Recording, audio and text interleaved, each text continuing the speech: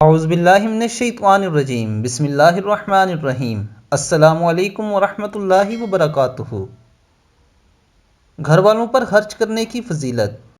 نبی کریم صلی اللہ علیہ وآلہ وسلم نے فرمایا، ایک دینار وہ ہے جسے تو نے اللہ کی راہ میں خرچ کیا، ایک دینار وہ ہے جسے تو نے کسی غلام کو آزاد ہونے میں دیا، ایک دینار وہ ہے جسے تو نے مسکین پر صدقہ کیا، اور ایک دینار وہ ہے جسے تو نے اپنے گھر والوں پر خرچ کیا۔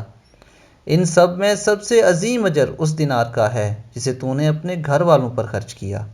میرے دوستو، آپ کے اہل و عیال آپ کی ذمہ داری ہیں۔ آپ کی سب سے پہلی ذمہ داری ان کی کھانے پینے اور گھر اور دیگر اشیاء کا خیال رکھنا اور ضروریات کو پورا کرنا آپ کی اولین فریضہ ہے۔ یہ دوستو، آپ کے مال میں سے سب سے بہترین مال وہ ہے جو آپ اپنے اہل و عیال پہ خرچ کریں۔ اللہ تعالی ہمیں عمل کی توفیق عطا فرمائے۔ السلام علیکم ورحمۃ اللہ وبرکاتہ۔